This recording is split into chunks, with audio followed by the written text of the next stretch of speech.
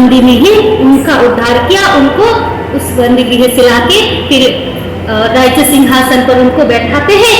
फिर आगे अपने माँ पिता जी दोनों को कैद से मुक्त करा करके और फिर अपने घर चले जाते हैं।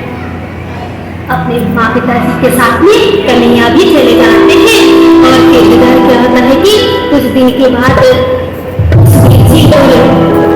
मैया देवकी जी ने सोचा कि हमारे लाला को शिक्षा की आवश्यकता है, इसलिए उन्होंने गुरुकुल में भेज देते हैं, संदीपनी जी के आश्रम में जाकर के भगवान ने 64 दिन में 64 कला और 14 विद्याएं सीख करके वापस अपनी दक्षिणा के रूप में गुरु माता को, अपने गुरु पुत्र को लौटा करके दिए और वापस अपने गांव में आते हैं, अपने स्थान पर आते हैं।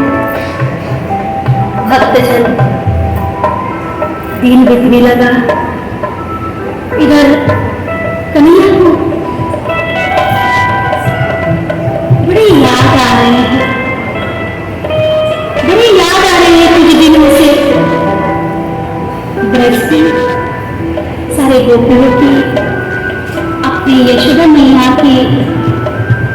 और कन्हैया अपने कक्ष में चुपचाप से बैठे रहते हैं, ना किसी से बातचीत, ना किसी से बोलचाल, कुछ भी नहीं।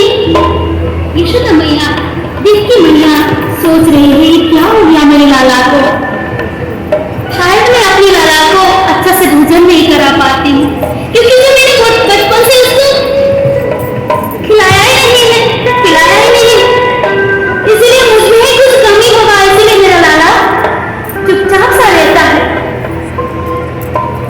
इसलिए जो श्री कृष्ण के मित्र उद्धव जी है, उद्धव जी को बुला करके और यशोदा देवकी मैया ने कहा कि तुम जा करके देखो तुम्हारा मित्र को आखिर क्या हुआ है, थोड़ा सा पूछताछ करो तो। तब उद्धव जी कन्हैया के पास आकर के पूछताछ की, कन्हैया क्या हुआ।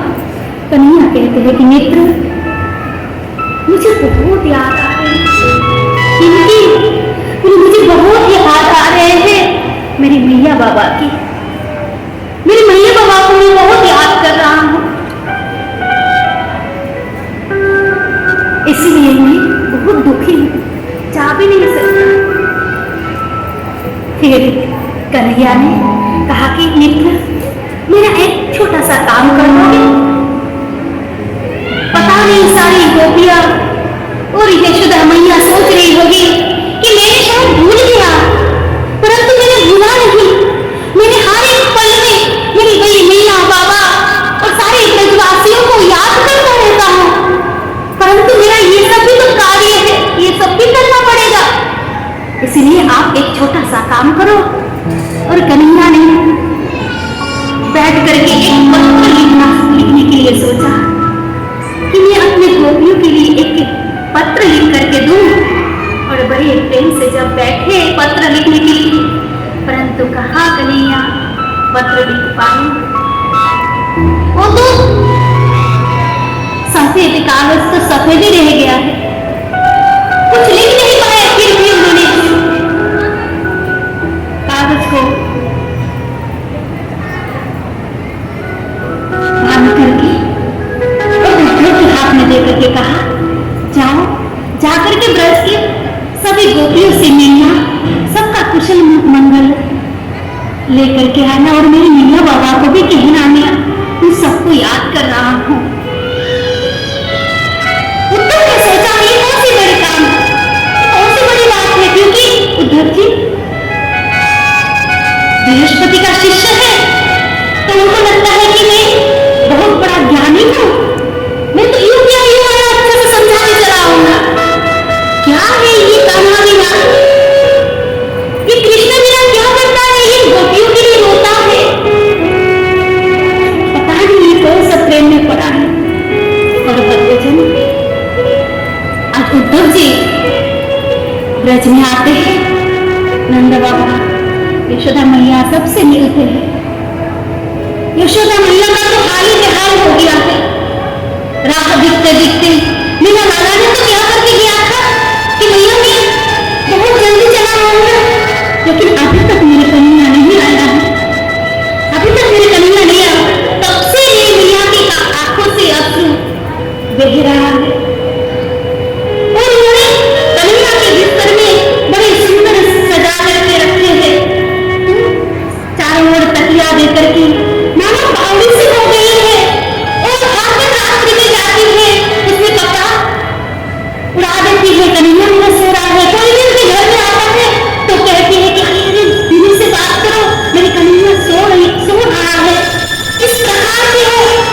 है। ऐसी मैया की दशा देख करके उद्धव जी सोचने लगे कि ये क्या देख रहा हूं मैं। और फिर आगे उन्होंने यशोदा जी और नंद बाबा से बातचीत करके फिर गोपियों के पास जाते हैं और जो पत्र दिए थे वो पत्र को कन्हैया का दिया हुआ पत्र गोपियों के हाथ में देकर के, और जब गोपियों ने देखा कि उद्धव जी आए हैं और कन्हैया के बारे में बता रहे हैं, क्योंकि उनको पहले से पता भी चल गया था कि कन्हैया ने उनके मित्र को भेजे हैं, परंतु कोई भी विश्वास नहीं किया। सबको लगा हमारे कन्हैया आए होंगे, कन्हैया आए होंगे। लेकिन जब उद्धव जी ने जाकर के उनको पत्र देकर के कहा कि हमें कृष्ण ने भेजा है आप सबका कुशल मंगल पूछने के लिए, देखो ये पत्र में कुछ लिखा होगा, आप सबके लिए ये पत्र लिख करके भेजा है।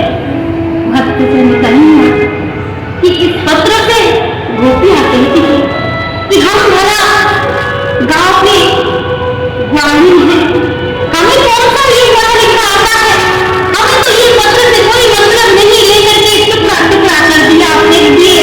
और कहते हैं कि हमें इतना तो बता दो कि हमारा कन्हैया कब आएगा, हमारा कन्हैया कब आएगा, अब भला ना बताए।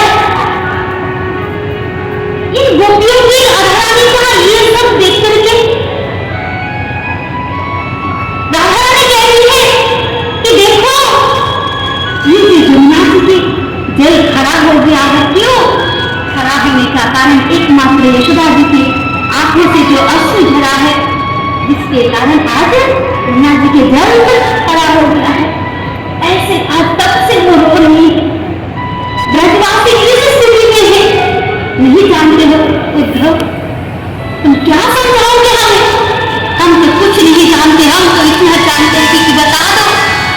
कभी आई हूँ मेरा सावरिया, कभी आएगा मेरा सावरिया, कभी आएगा मेरा सावरिया, कभी आएगा मेरा सावरिया, कब आएगा मेरा सावरिया, कब आएगा बताओ। समझ नहीं ना, घड़ी चल रहा है इसलिए नहीं गाएंगे, तो कब आएगा मेरे कन्हैया बता दो। इन सबके ही प्रेम में उद्धव जी सोचता है कि मैंने जो सोचा था तो सब उल्टा हो गया है, मैंने तो सोचा था इनको सब यूं ही समझा देंगे, परंतु ये तो सब विपरीत हो गया, कैसे समझाऊं मैं इन सबको। और आज उद्धव जी भी इन सबके भावों में भावुक हो जाते हैं। और गोपियां कहती है ये तो प्रेम की बातें हैं,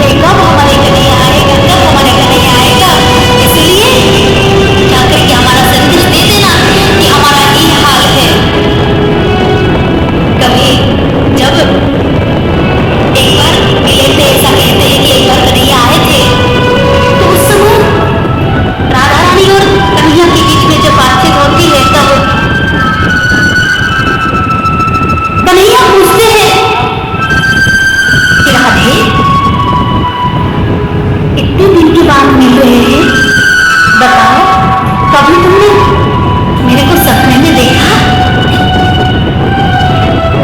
मेरी राधा रानी क्या कहते पता है? मेरी राधा रानी कहती है कि अरे अरे कन्हैया, क्या बात कहते हो आप? सपने की बात कहते हो? जो व्यक्ति सोए वही तो सपना देखे। अरे जब से आप गए हो तब से तो मैं सोया ही नहीं हूँ, तो फिर किस बात की सपना देखूं? ऐसी स्थिति है आज ब्रज की। ऐसा प्रसंग फिर कन्हैया के पास लौट करके उद्धव जी चले जाते हैं। आगे कथा को ले चलते हैं।